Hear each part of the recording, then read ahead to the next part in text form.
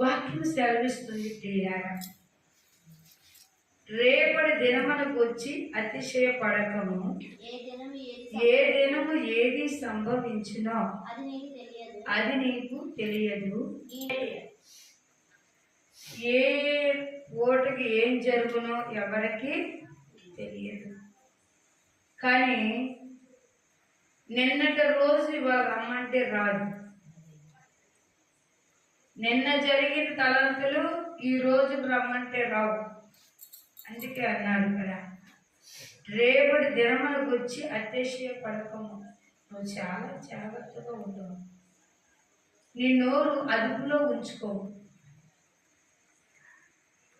నీవు ఏమి మాట్లాడుచున్నావో జనం అందరూ వింటున్నారు.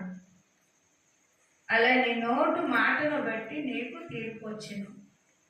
ఏ మాట ఆడినా జాగ్రత్తగా మాట్లాడమన్నాడు. అట్టి మాట నువ్వు పొదిగించాలంటే నోటు మాట అంట డబ్బు కంట ఎక్కువై, డబ్బులు ఖర్చు అవుతాయని చాలా పొదుపుగా వాడుకుంటాం. కానీ డబ్బులు ఖర్చు అయిన విధముగా ఇక్కడ చూస్తే నోటి మాట కూడా అదుపులో ఉంచుకోమన్నాడు. హల్లెలూయా. ఏ మాట అన్నా దానికి తీర్పున్నది. ఏముందట? దానికి తీర్పున్నది. ఏ మాట అయితే వాడికి చేయి మాట్లాడుచున్నావో దానికి తీర్పున్నది అన్నాడు. దేవుని స్తోత్రములు. హల్లెలూయా. 13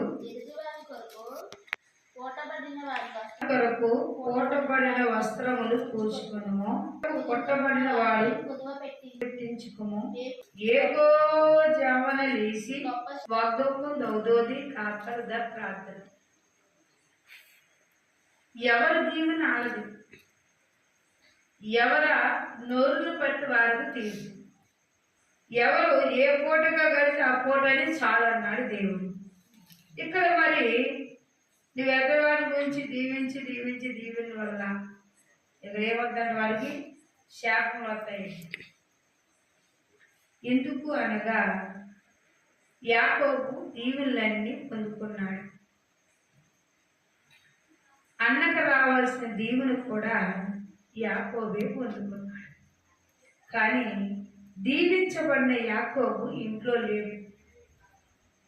ఎందుకు అనగా అన్న, నా దీవెనలు పొందుకున్నావు కాబట్టి నువ్వు దొంగతనముగా దీవెనలు తీసుకున్నావు, నాకు రావాల్సిన ఇవ్వాల్సిన దీవులు ఇవ్వలేవలేదు కాబట్టి అని తమ్ముడి మీద చాలా భయంకరంగా పోట్లాడుకున్నారు.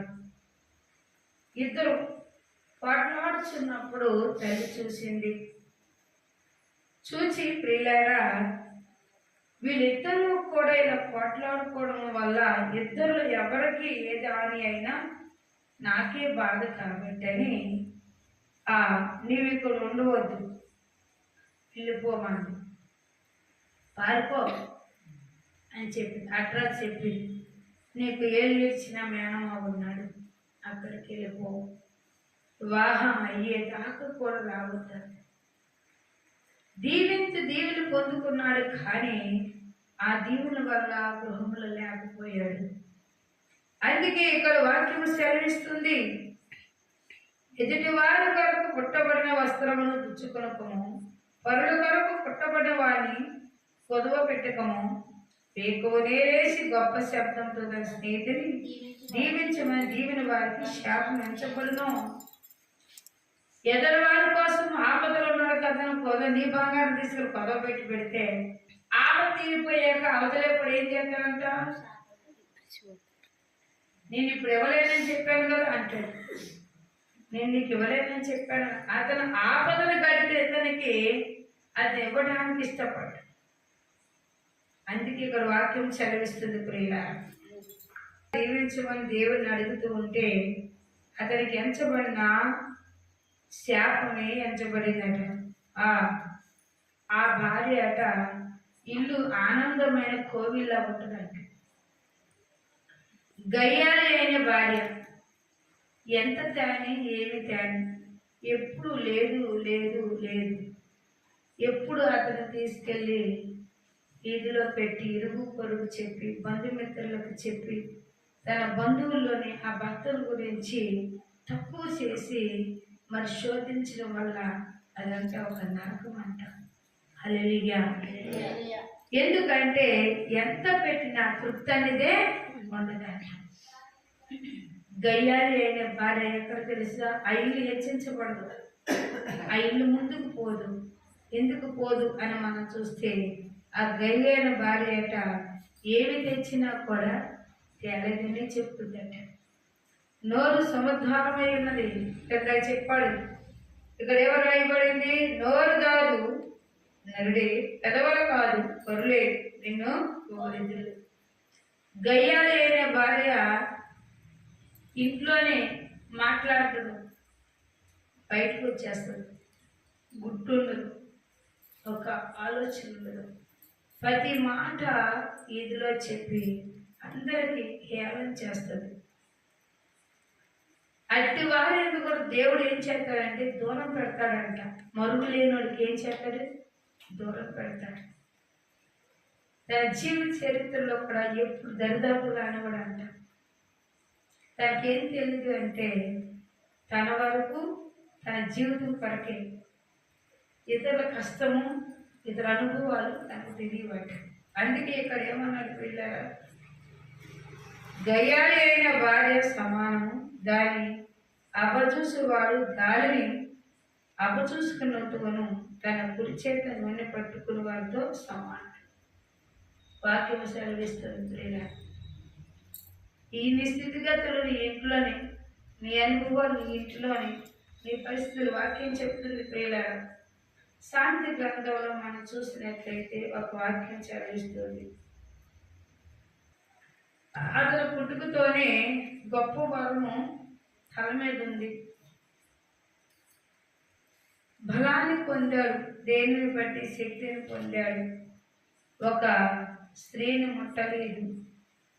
మరి అతడు చాలా జాగ్రత్త కలిగి పెంచింది తల్లి.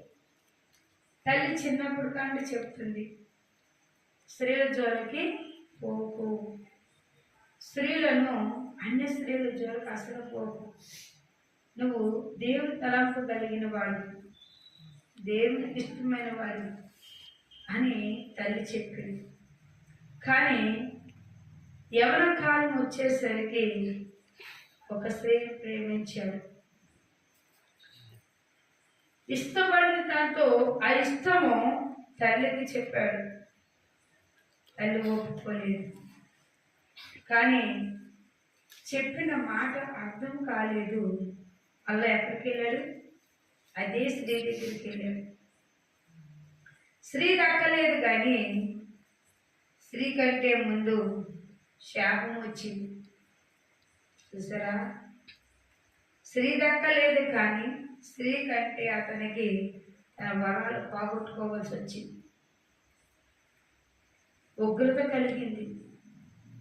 దేవుడు వాక్యము కంటే అందుకే అన్నాడు, ఇక్కడ మొక్కుకున్న మొక్కుబళ్ళు కుమార నేనేమందును, నీకము నువ్వు పరిశుద్ధంగా దేవుడిని ఏర్పరచుకున్నావు అని చెప్పిన సంసోను వినలే.